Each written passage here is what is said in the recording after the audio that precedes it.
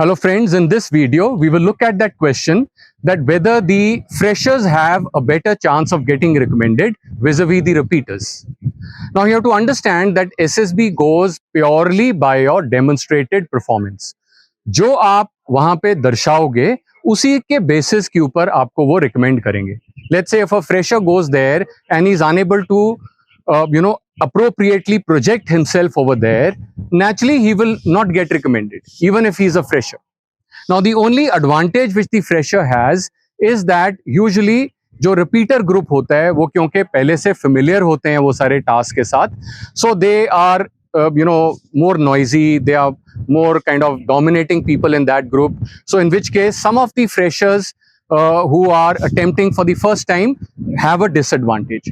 So therefore on that account a fresher group will be better for those people who are going for the first time. Naturally it becomes a little easier for them to participate in a group which is not so noisy and which is not so chaotic.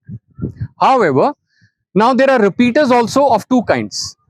There'll be repeaters who have an issue with respect to certain areas of their personality that they need to correct, that they need to improve upon. And there are certain repeaters who may have certain small issues which, it is like a skill. For example, your spoken skill or your communication skill or your ability to participate effectively in a team.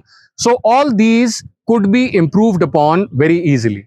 अब मान लो there is a candidate who has gone from a small town, वो थोड़ा shy है, थोड़ा mild है, उसको English में बोलने में थोड़ी दिक्कत है, थोड़ा हिचकिचाता है बात करते time.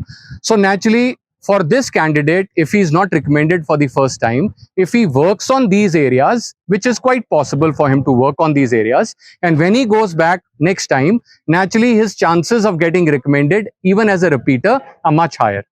However, if there is a candidate who has some attitudinal issue, मान लो कि there is a candidate who kind of doesn't trust people easily and he takes times to open up, he is a little aloofish kind of a person, yeah, he is a very casual person, he breaks rules very often, or he's a person who has issues with his basic grasping power.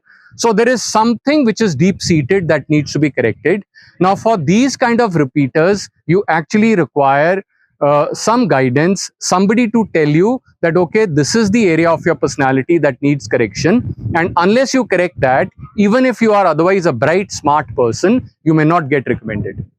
So this is the difference between these two kinds of repeaters, those that lack in skills and those that lack in some attitudinal issue. तो जो attitudinal issue वाले repeaters हैं, naturally उनका दोबारा recommend होना is not so possible unless they improve upon those areas that they need to correct.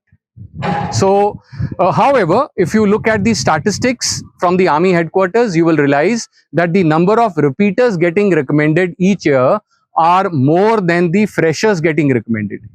Why? Because invariably, when you go for the second time and you worked on those areas that need to be corrected, naturally you have a better chance of getting recommended. So this is for the repeaters. Do not lose hope. Work on yourself, identify those areas that need to be corrected, take some expert advice if you feel that you are unable to find those areas yourself, and then it is just not impossible for you to make it in your next attempt. So getting recommended for the repeaters is as easy as for the freshers to get recommended. All the best.